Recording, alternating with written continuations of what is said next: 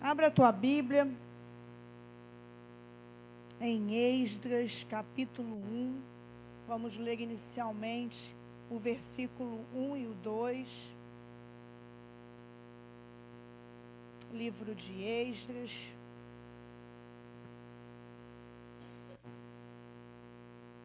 Capítulo 1, versículo 1. Então, ele chama o povo para ajudar nessa obra. E houveram algumas dificuldades nessa reconstrução. Não foi tão fácil assim. Vai acontecer e ponto, e bem fácil. Não foi bem fácil. A primeira coisa que nós vamos ver de dificuldade que aconteceu está no capítulo 4, no versículo 1 e 2. Vem comigo aí para o capítulo 4. O que diz aí na sua Bíblia, o subtítulo?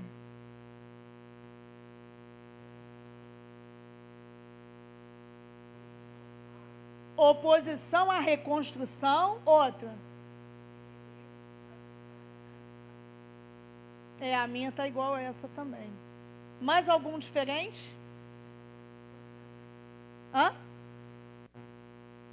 Boa. A oposição dos samaritanos. Já está dizendo quem são os inimigos. Leila, está diferente?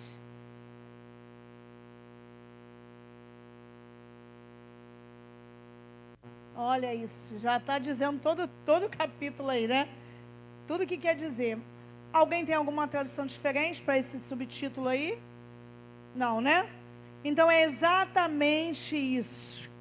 Os inimigos vêm se fazendo de amigos para parar a obra.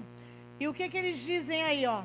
Ouvindo os adversários de Judá e Benjamim, que a Thalisa já disse aí quem são. Opa. Que isso? Quem são, Thalita? Os samaritanos, né? Aí nós vamos ver mais à frente aí por que aconteceu isso tudo aí que está citando. Que os que voltaram do cativeiro edificavam o templo ao Senhor, Deus de Israel. E é interessante, né? Enquanto estava tudo destruído aí, quanto tempo que eles ficaram exilados lá na Babilônia? 70 anos. Enquanto estava tudo destruído desse tempo todo. Opa! Amém, Jesus? Ninguém estava se importando em reconstruir. Ninguém queria ajudar a fazer nada, não é? Mas só foi começar que aí já chegou alguém ali, ó.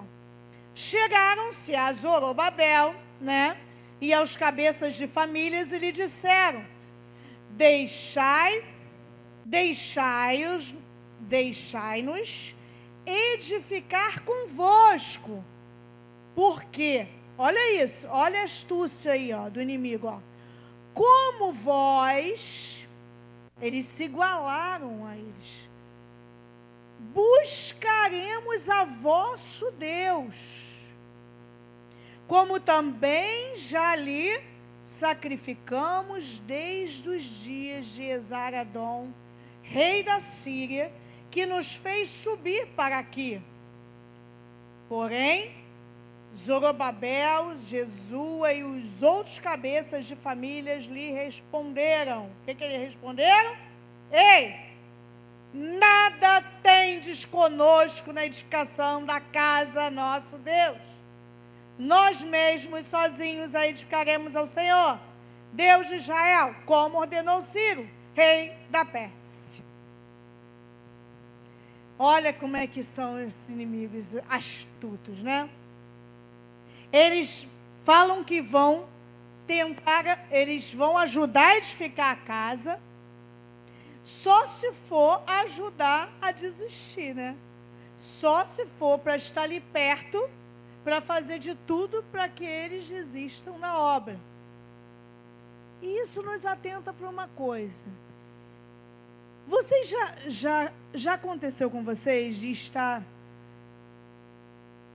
compartilhando um projeto com alguém ou um sonho, e a pessoa fazer com que você tire aquele sonho da sua cabeça? para que você desista de fazer aquilo? É exatamente isso que acontece. O inimigo tentando se fazer de amigo para que você desista. Porque se for teu amigo mesmo, ele vai contigo até o fim. E ele vai fazer de tudo para te ajudar a construir. Mas esses aqui, eles então vão tentar tirar o foco daqueles que estão preparados para fazer a obra do Senhor. E assim, quando a gente toma a decisão de se batizar, quando a gente toma a decisão de, não, agora eu vou estar firme aos pés do Senhor, não, agora eu vou estar indo aos cultos. Já aconteceu várias vezes no ministério, na nossa caminhada, a gente se deparar com pessoas assim. Não, pastor, agora não, agora eu vou fincar o pé. Olha, acontece tanta coisa que a pessoa não consegue. Parece que ela está nadando contra a maré e ela não consegue permanecer só porque ela tomou uma decisão, só porque ela declarou no mundo espiritual que nada vai impedir ela fazer. E a gente olhando de fora, fica tentando ajudar, mas às vezes não conseguimos, porque é muito da posição da pessoa. E ela mesmo desbravar e tentar arrancar tudo que está impedindo para ir. Quantas vezes a gente está discipulando uma pessoa e a gente quer muito por ela, faz de tudo, vai buscar, né, Lene? Vai buscar em casa e faz, e liga, e eu estou contigo, e liga nas madrugadas. E ela não consegue sair daquela posição. Porque muita coisa é para nós fazermos, mas muita coisa a pessoa tem que fazer. Assim como Jesus nos ensina na palavra. O milagre é Ele que faz. Mas todo o processo somos nós que fazemos, né? Tirar a pedra. Ele vai fazer o milagre de ressuscitar. Mas alguém teve que tirar a pedra. Amém? Quando eles então falam, no versículo 2 que nós lemos, buscaremos ao vosso Deus. Vamos lá para... Deixa marcadinho aí esse Êxodo. E vamos lá para 2 Reis, segundo livro de Reis. Volta aí um pouquinho. Capítulo 17, versículo 28.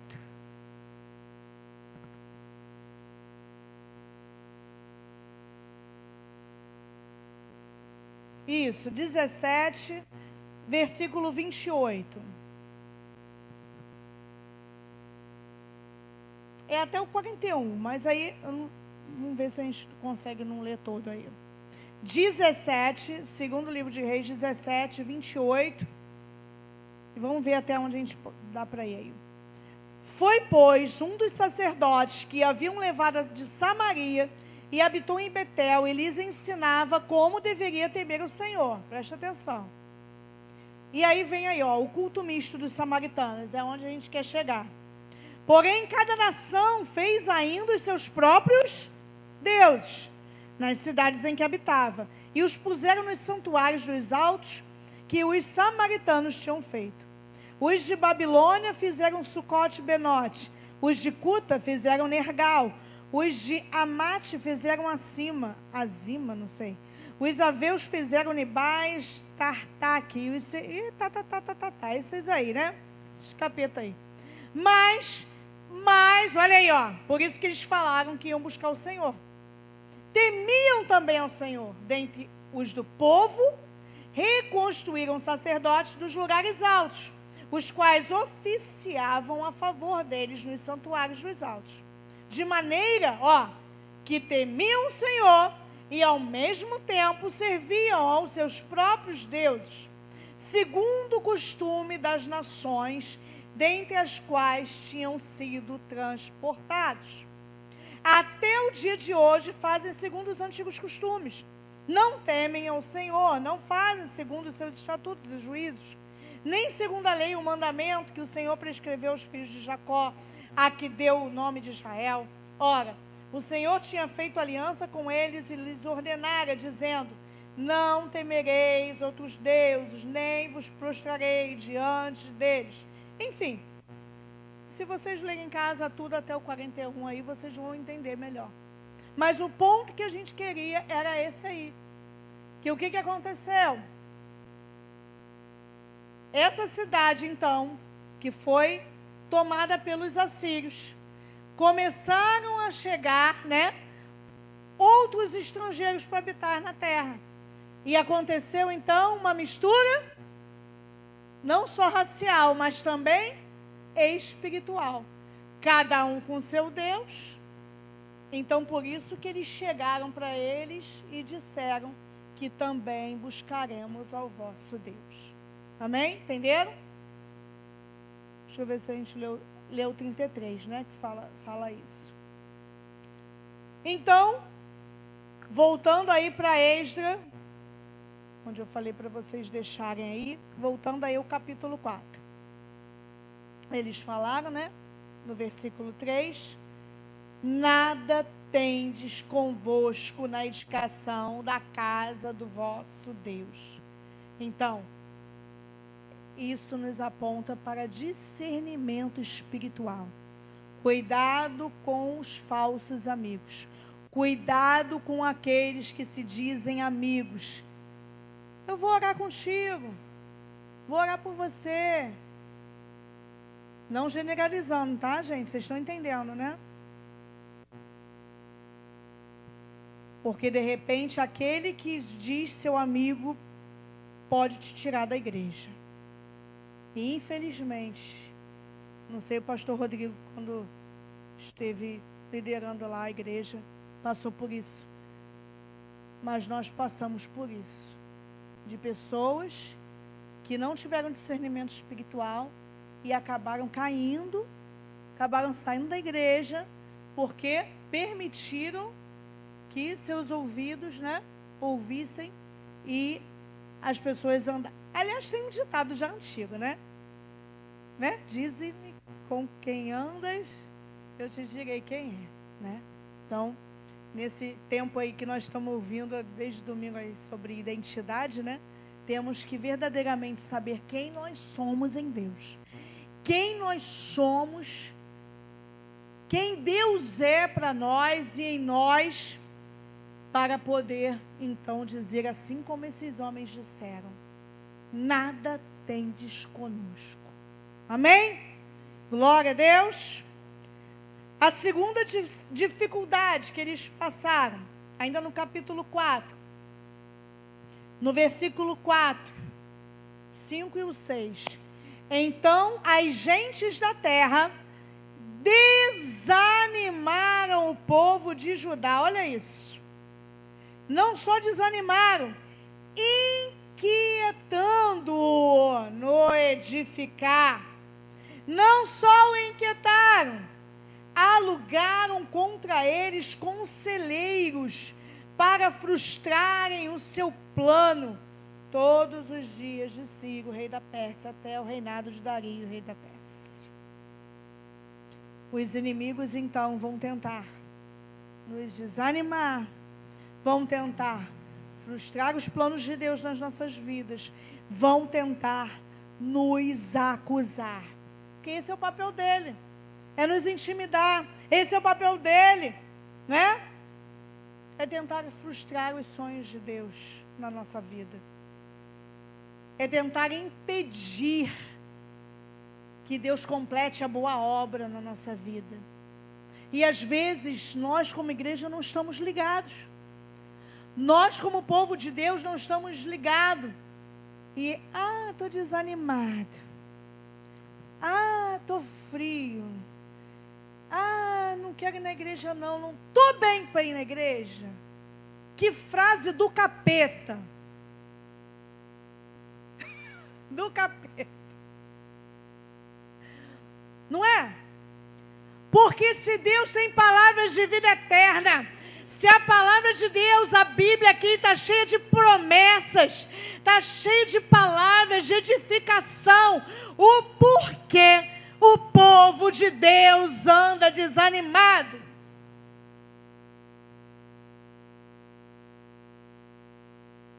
E aí a gente vê a polêmica do mundo hoje falando que o povo está enlatado. Vou te falar, tem muita gente enlatada. Porque não está enxergando o que Deus pode fazer em nós e através de nós. E está enlatado, está preso. Está paralisado. Está deixando que o inimigo intimide. De dizer, não, eu tenho palavra porque Deus habita em mim. E não é isso, não tem nada a ver, não. A palavra de Deus diz, assim como Jesus fez com o inimigo no deserto, né? Foi a palavra.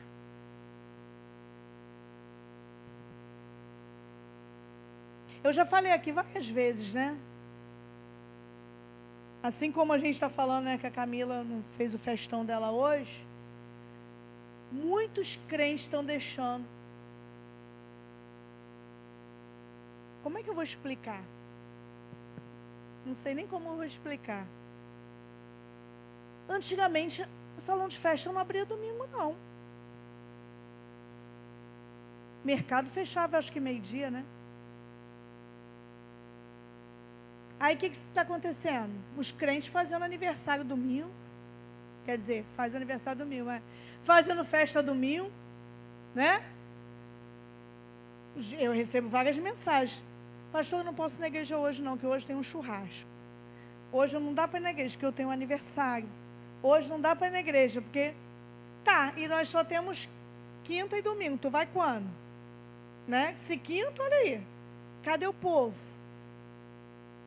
No feriado agora do carnaval, não sei, né? Mas poucos falaram, poucos não.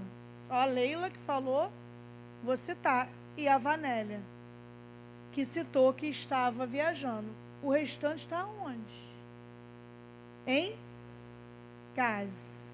E as minhas eu não soube, né? Eu estou falando de quem me passou, né? Então, por que o povo de Deus não está buscando? Porque está enlatado nas próprias casas. É triste isso. Do que está buscando no templo. Enquanto podemos, né? Enquanto podemos, enquanto temos essa liberdade de estar aqui, eu quero estar aqui. Como louvor, eu quero é Deus. Não deixa o inimigo te desanimar. Não deixe o inimigo frustrar os planos de Deus em você. Não deixe que o inimigo te acuse. Não dê ouvidos. Ele tenta nos inquietar. Ele tenta nos roubar o foco. Não deixe. Ouça a voz de Deus. O nosso compromisso é reconstruir. O nosso compromisso é transformar. Lembra de Jó 42, 2? Coloca aí para mim, por favor. Jó 42, 2.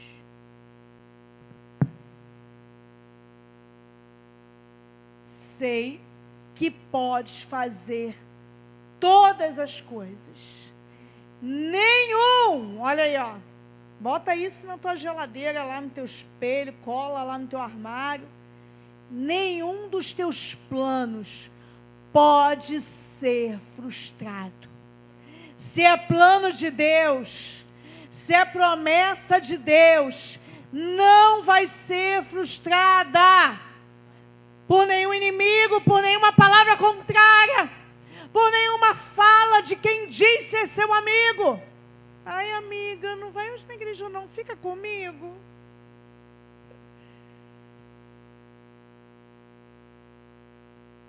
Até que o que acontece? Eles tentaram, inquietaram, desanimaram, alugaram até conselheiros contra eles. E o que acontece?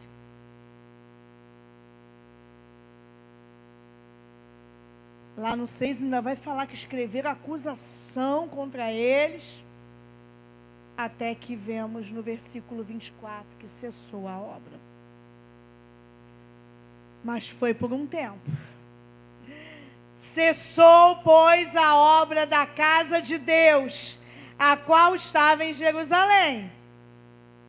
E isso até ao 2º ano do reinado de Dario, rei da Pérsia. Isso nos aponta que foi por um tempo.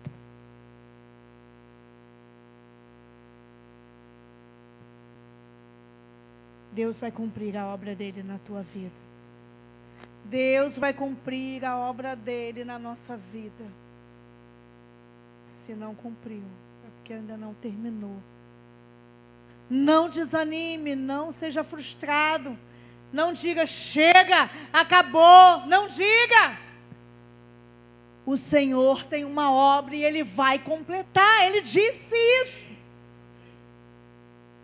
Aquele que começou a boa obra em minha vida é fiel, é fiel. Não descansarei ou não morrerei. Tem duas partes desse hino, né? Enquanto não houver terminado. Não vivo pelo que, mas vivo pelo que creio.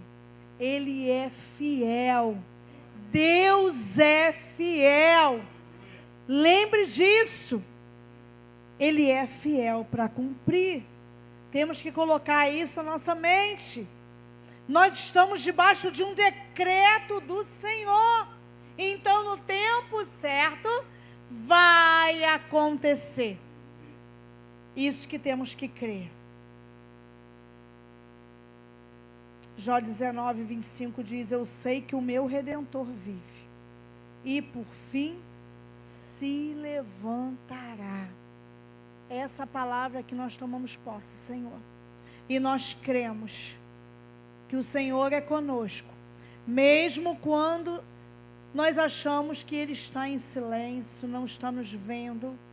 Ele está conosco, como Ele prometeu, de estar conosco até a consumação dos séculos. Todos os dias da nossa vida. E eu tomo posse dessa palavra, Senhor. Eu tomo posse desse decreto do céu para a minha vida.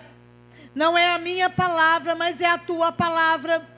Não é, Senhor, a minha fé, mas é a fé em Ti. Não é a fé nas coisas que eu coloco, mas a fé que eu coloco em Ti. Não é o natural, é o sobrenatural de Deus. É essa fé que nós temos. Eu tenho tentado exercitar isso. Senhor, os meus olhos estão vendo isso. Mas eu quero enxergar do alto. Eu quero enxergar o sobrenatural. Senhor, eu quero enxergar o que Tu enxerga. Eu quero enxergar o que a palavra diz, que os planos de Deus são maiores que os meus. Que os sonhos dele são maiores que os meus. Como assim? Se a palavra diz isso, eu preciso crer nisso. Clama a mim e responder-te-ei. E anunciar-te-ei coisas grandes que não sabes. Senhor, que grandeza é essa que eu não estou vendo? Me mostra, Senhor. Abre os meus olhos espirituais. Assim aconteceu a reconstrução do templo. E no capítulo 6, vai mais à frente. Há um decreto aí, ó. O decreto de Dario. Então o rei Dario deu ordem. E uma busca se fez nos arquivos reais da Babilônia, onde se guardavam os documentos. Em Acmetá, na fortaleza que está na província da Média, se achou um rolo. E nele estava escrito um memorial que dizia assim. Olha, havia um decreto. Glória a Deus, há um decreto do céu para nós. Mesmo quando a gente não está enxergando. Senhor, abre os meus olhos espirituais para enxergar o que eu não estou enxergando. Sabe quando a gente perde aquela coisa dentro de casa, diz, Senhor, me mostra onde está, que eu não sei. E daqui a pouco aquilo aparece. Assim aconteceu com eles. O rei Ciro, no seu primeiro ano, baixou o seguinte decreto: com respeito à casa de Deus, em Jerusalém, deve ela edificar-se, para ser um lugar em que se ofereçam sacrifícios. Seus fundamentos serão firmes, a sua altura de 60 côvados, e a sua largura de 60 côvados, com 3 carreiras de grande pedra, e uma de madeira nova. A despesa se fará da casa do rei. Demais disto, os utensílios de ouro e de prata da casa de Deus. E não é pouca coisa, não. Que Nabucodonosor tirava do templo que estava em Jerusalém, levando-os para a Babilônia, serão devolvidos para o templo que está em Jerusalém. Cada utensílio para o seu lugar. Serão recolocados na casa de Deus. Você está entendendo? Quando o Senhor tem um propósito, quando Ele tem uma promessa, Ele vai colocar tudo que é dele no lugar certo. Se alguém te roubou algo, vai devolver, porque é decreto do Senhor. Se te roubaram a fé, o Senhor vai dar em dobro. Se te roubaram os sonhos, o Senhor, Ele tem maiores. Se te roubaram a palavra, Ele vai trazer à memória a palavra dEle na sua mente, no seu coração. Eu creio nisso, eu preciso crer nisso. O que a gente acha que o inimigo roubou, Deus tem mais para dar do que o diabo para tomar, não é isso? Não é esse ditado antigo? Minha mãe sabe esse, de cor salteado. Quando acontece algo com ela, Deus tem mais para dar do que o diabo para tomar. E é essa certeza que nós temos, que Deus é maior. Um Deus tão grande, com amor tão grande. É esse Deus grande que nós cremos. E Ele vai devolver tudinho. Olha isso aí, ó. Onde nós paramos. Levando-os para a Babilônia, serão devolvidos. Foi aí que eu parei. Para o templo que está em Jerusalém. Cada utensílio para o seu lugar.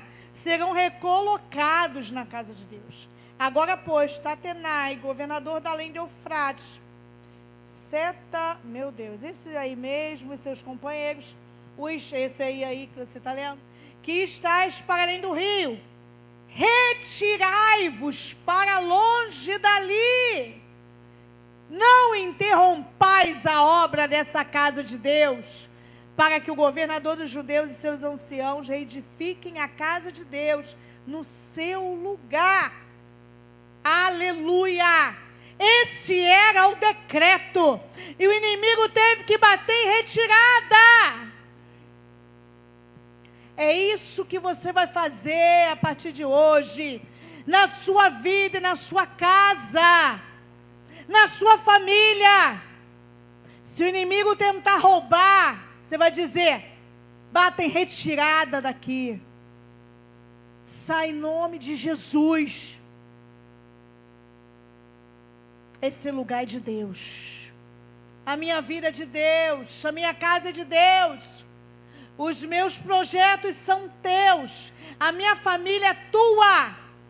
Nada pode roubar.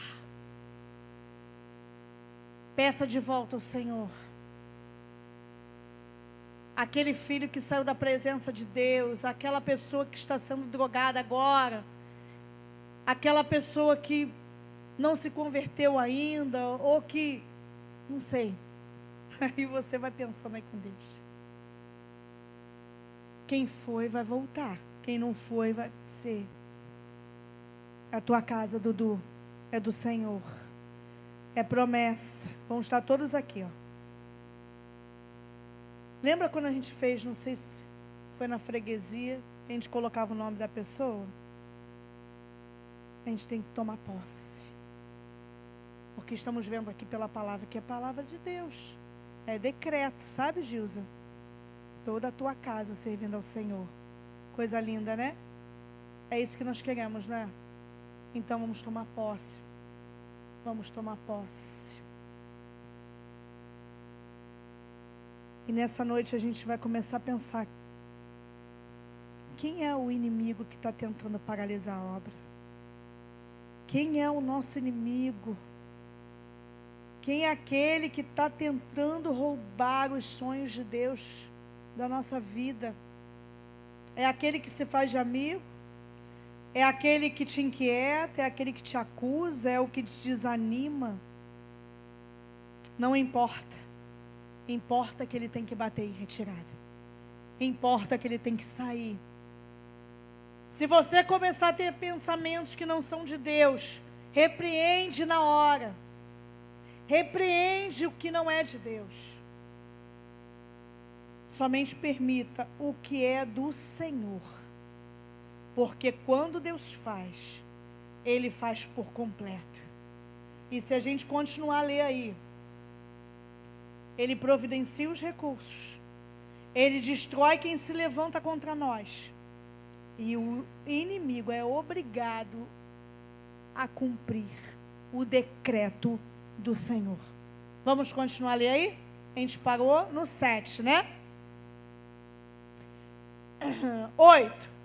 Também por mim se decreta o que haveis de fazer a esses anciãos dos judeus, para que reedifiquem essa casa de Deus, a saber, que da tesouraria real, isto é, dos tributos da além do rio, se pague pontualmente a despesa a estes homens, para que não se interrompa a obra. Também se lhe dê, dia após dia, sem falta, aquilo de que houver em mister: novilhos, carneiros, cordeiros, para o holocausto ao Deus dos céus, trigo, sal, vinho e azeite, segundo a determinação dos sacerdotes que estão em Jerusalém. Para que ofereçam sacrifícios de aroma agradável ao Deus dos céus e orem pela vida do rei e de seus filhos. Também por mim se decreta que todo homem que alterar esse decreto, uma viga se arrancará de sua casa, e que seja ele levantado e pendurado nela, e que da sua casa se faça um monturo. O Deus, pois, que fez, isso me fez lembrar aquela história lá de Esther, né? Que aquele que ia colocar Mordecai, né, numa forca, acabou sendo enforcado. O Deus, pois, que fez habitar ali o seu nome, Derribe, a todos os reis e povos que estenderem a mão para alterar o decreto e para destruir essa casa de Deus, a qual está em Jerusalém. Eu, Dario, baixei o decreto que se execute com toda a pontualidade. Então, Tatenai, o governador da além do Eufrates, Setar-Bozenai e os seus companheiros assim o fizeram pontualmente, segundo decretara o rei Dario. Glória a Deus. Aleluia. Não desista no meio do caminho. Ainda não acabou. O Senhor é conosco para completar a boa obra. E para concluir, versículo 14.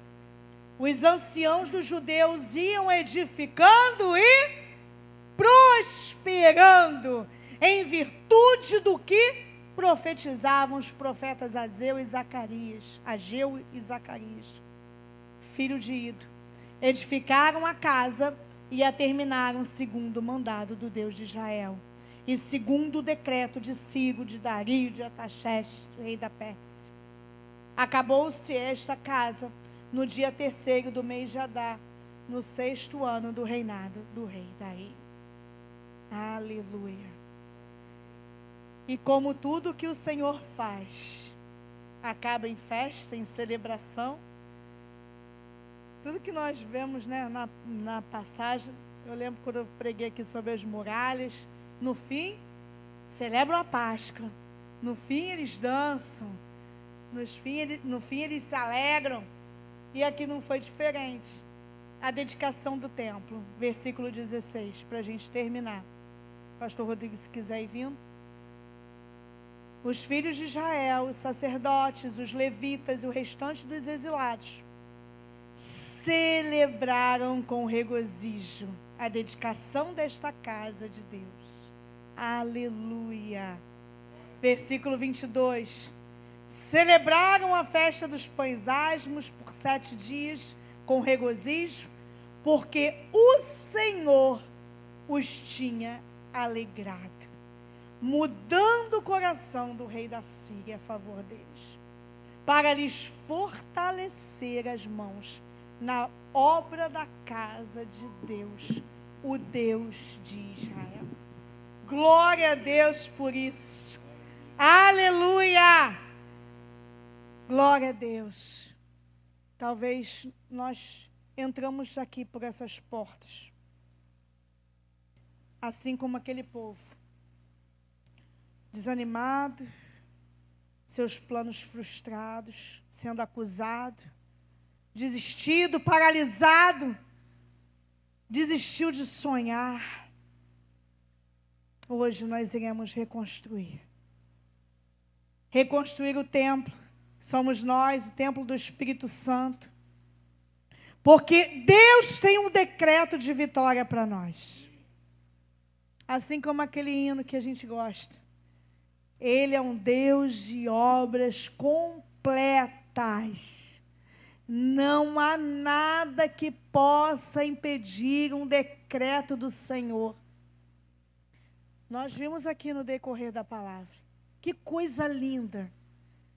E Deus é tão detalhista que Ele coloca ali o quê? Pontualmente, que não se mude nenhuma palavra. Eles tentaram acusar, alugaram pessoas para encontrar algum documento que acusassem eles. Conseguiu até que parasse por um tempo a obra.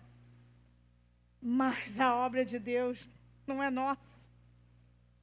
O Senhor muda, o Senhor transforma, o Senhor coloca tudo no lugar. O que foi roubado vai voltar para o lugar. Clame ao Senhor, peça a Ele. E ontem estávamos reunidos em família ali no aniversário do pastor Lucas. Uhul! E ali estávamos conversando, eu e a Vicky e a Carla. E tem uma situação que a gente conversando falou: eu não queria que fosse assim. Eu queria que... A Vicky vai lembrar sobre o parto da Carla, ela querendo que uma outra pessoa estivesse ali assistindo ela no parto. Porque ela teve uma experiência muito ruim no parto do Bento com essa profissional. E ali eu falei com toda certeza que Deus pode mudar. Ah, mas faz parte da equipe. Deus pode mudar.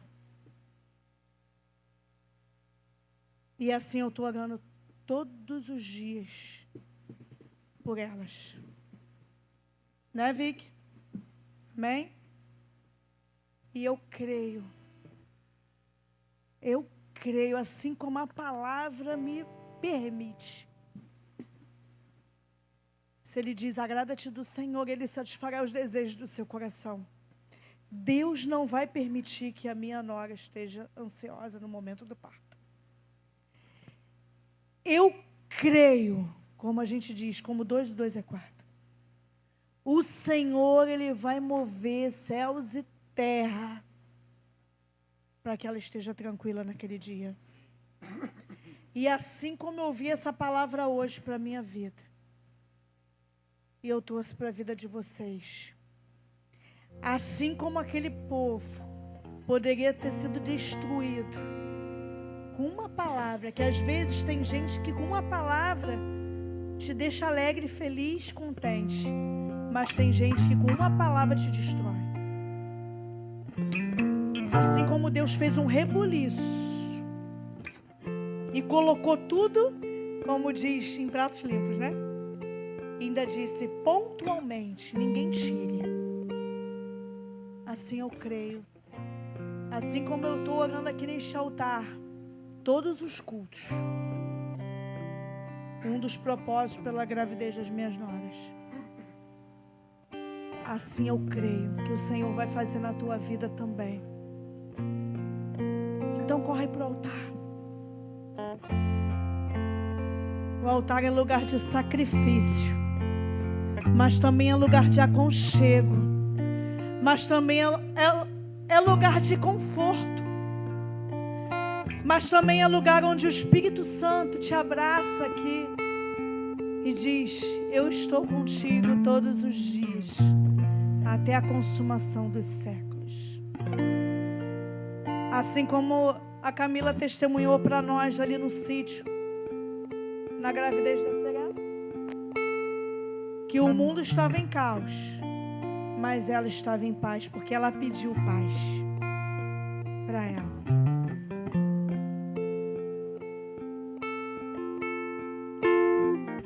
É isso que o Senhor faz. Ele cumpre os desejos do nosso coração. Quando nós o buscamos, quando nós nos humilhamos, como aquele hino, né? Se eu me humilhar diante do teu altar e sacrificar aquilo que me custar. Às vezes nos custa, né? Nos custa sair do banco e vir ao altar. Nos custa. Como nós vemos, né? A dona Gilza, às vezes, uma dificuldade, mas ela está aqui às quintas-feiras, com a ajuda da irmã Leila.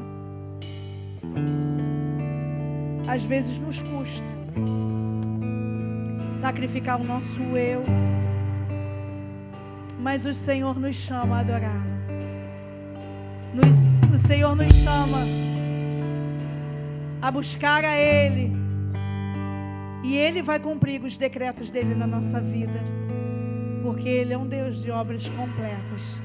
Ele não faz nada pela metade.